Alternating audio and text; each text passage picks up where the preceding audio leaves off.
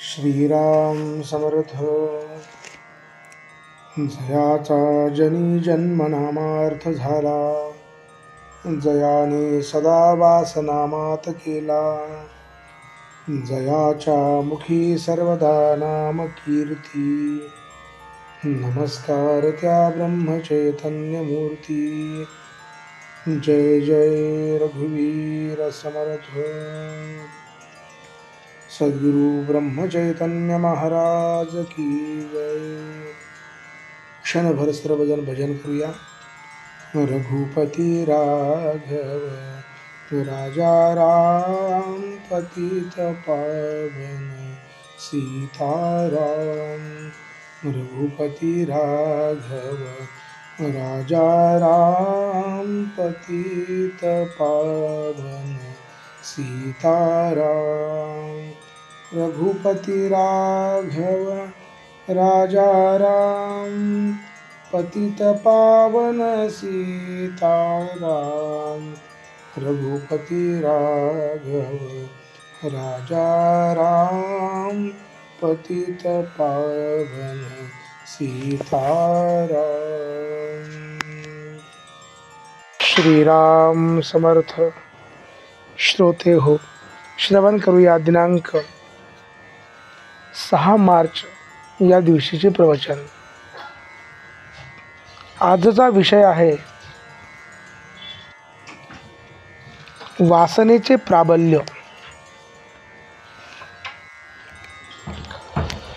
माझ्या निरूपणाचा तुम्हास विसर पडतो म्हणूनच बरे आहे. एखादी गोष्ट चांगली आहे आणि ती मिळाली तर सुखप्रद होईल या गोष्टीची आठवण असूनही आपण ती मिळविण्यासाठी प्रयत्न करीत नाही. हे अगदी अयोग्य आहे. हे पापच आहे. जर आपल्याला समजलेच नाही तर ते न करण्यात पाप नाही, परंतु समजूनही न करण्यात अत्यंत पाप आहे. खरे म्हणजे प्रयत्न करणे हे आपल्या हातात आहे. आपण ऐकतो की अंतकाळी जी मती ती गती. मृत्यूसमयी जशी वासना धरावी त्याप्रमाणे आपल्याला पुनर्जन्म प्राप्त होतो. तेव्हा वासनेतच आपला जन्म आणि वासनेतच आपला अंत असे असताना तिला दूर कशी करता येईल?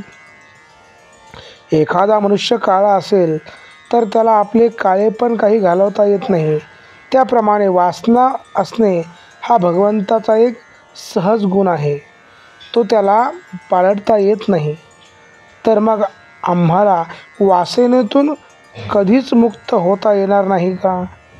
मनुष्याच्या ठिकाणी इतर प्राणीमात्रापेक्षा जर काही वेगळे असेल तर ते चांगले काय आणि वाईट काय हे कळण्याची बुद्धी. आपण कळून सवरूनही वासनेला अहमपणाला आधार देतो. इतकेच आपले चुकते. आपला अहमपणा इतका खोल गेलेला आहे की आपल्याला हे सर्व माझेच वाटते. माझी बायको, माझी मुले, माझे घर, माझे माझे म्हणून किती सांगावे. या माझेपणामुळेच अहमभाव वाढीला लागून सर्व काही आपल्या मनाजोगते. आपल्याला सुख देणारे हवेसे वाटू लागते आणि दुःख अगदी नकोसे वाटते. अर्थात जगात कोणालाच नुसते सुख मिळत नाही. असे असूनही अहमपणाला बळी पडून सुखाच्या लालचीने मनुष्य मरेपर्यंत बरी वाईट कृत्य करीत असतो आणि त्याप्रमाणे त्याची वासना बनत जाते. वासना म्हणजे अभिमान, म्हणजेच मीपणा. अशा रीतीने अहमपणात जर वासनेचे मूळ अधिष्ठान आहे तर तो नको का घालवायला? खरोखरच मनुष्याचा अहमपणा इतका खोल मुरलेला आहे की त्याचे निर्मूलन करायला तसे सूक्ष्म अस्त्र पाहिजे.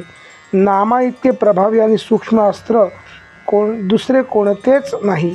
ते परमेश्वराच्या अगदी जवळचे आहे. परंतु एवढे असूनही आपण ते आवडीने निष्ठेने घेत नाही.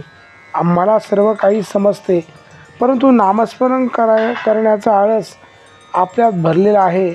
भगवंत करता आहे असे अनुसंधान जो रात्रंदिवस ठेवील त्याचाच अहंकार जाईल हे ध्यानात ठेवून आपण भगवंताचे नाम घ्यावे.